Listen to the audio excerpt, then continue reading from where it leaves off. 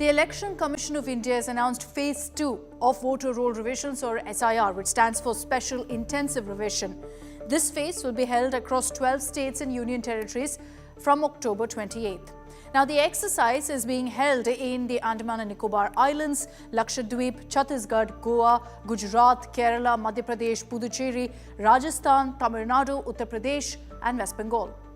ये वो 12 राज्य हैं जहां पर कल से SIR शुरू होने वाला है। Andaman and Nicobar island union territory, state Chhattisgarh, Goa, Gujarat, Kerala union territory, Lakshadweep, Madhya Pradesh, Puducherry union territory, Rajasthan, Tamil Nadu, Uttar Pradesh, West Bengal. Among these, Tamil Nadu, Puducherry, Kerala and West Bengal are scheduled to go for polls in 2026.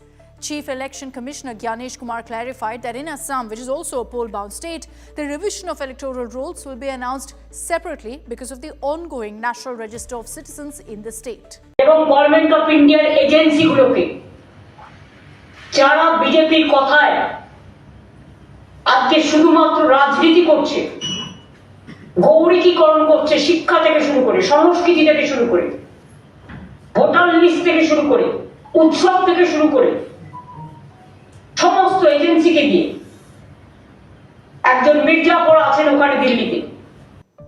Now, in each of the 12 states that I've mentioned, the printing and training phase will occur from October 28th to November 3rd. Officials then will be sent for a home-to-home verification. This will be a document verification drive that will go on for a month, November 4th to December 4th. The draft electoral rolls will be published on December 9th.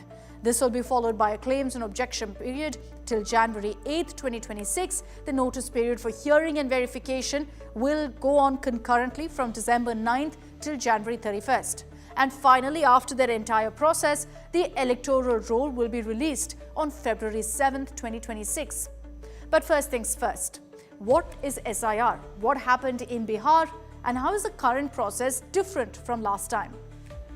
Unlike the usual annual revision, the SIR is an intensive ground-up exercise that requires all registered voters to verify their details with an explicit goal of removing duplicate, deceased, migrated and illegal immigrant voters. The SIR had been carried out on 8 occasions since independence, the last of which occurred 2 decades ago from 2001 to 2004, so 21 years ago. So let's tell you the current procedure as mentioned by the Election Commission. Under the SIR process, there are around 1,000 electors in each polling station, and each booth-level officer called a BLO is assigned the responsibility for one polling station. Each assembly constituency has many polling stations, as you know, and one electoral registration officer is assigned to each assembly constituency. So all of those polling stations comes under him or her. Now, this officer is usually an SDM level officer, district magistrate officer, who prepares the draft electoral rolls, who receives and decides on claims and objections, who prepares and publishes the final electoral rolls as well.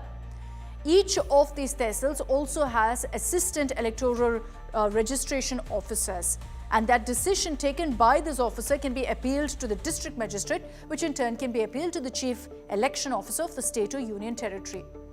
But let's focus really on what happened in Bihar that's led to so much of focus on the nationwide exercise. There's been strong criticism stemming from the Bihar SIR. One was on deletions. The final electoral roll in Bihar showed a drop of approximately 65 lakh voters, with the final list of nearly 7.24 crore electors being published. And then there was all of this chaos over documentation. Voters who were added after the 2002-2004 base revision or whose details couldn't be mapped were required to submit an enumeration form along with documents like birth certificate, which the opposition argued was a difficult requirement for marginalized sections. There was a showdown over Aadhaar, and the Supreme Court had to intervene, directing the Election Commission to accept Aadhaar as a 12th document, which it ultimately did for identity proof. पूरे हिंदुस्तान में विधानसभा के चुनाव, लोकसभा के चुनाव चोरी किए जा रहे हैं, और इनकी आखिरी साजिश ये है कि बिहार में SIR करके नए वोटरों को जोड़कर, वोटरों को काटकर ये बिहार का चुनाव चोरी करें। और मैं और हम सब स्टेट से आपको कहने आए हैं कि हम इन्हें ये चुनाव चोरी नहीं करने देंगे। एक पूरी तरीके से एक षड्यंत्र है भाजपा का, और भाजपा इलेक्शन कमीशन को आगे करके अपना काम करवा रहा है। जो काम भाजपा खुद से नहीं कर सकती, वही काम जो है इलेक्शन कमीशन से कराया जा रहा है। एसआईआर का कोई विरोध नहीं किया है, जो प्रक्रिया जो की गई है उस पर जो है विरोध किया गया है। अगर एक मतदाता का भी अगर वोट छूट जाएगा तो इससे बड़ा अपराध कुछ नहीं हो सकता।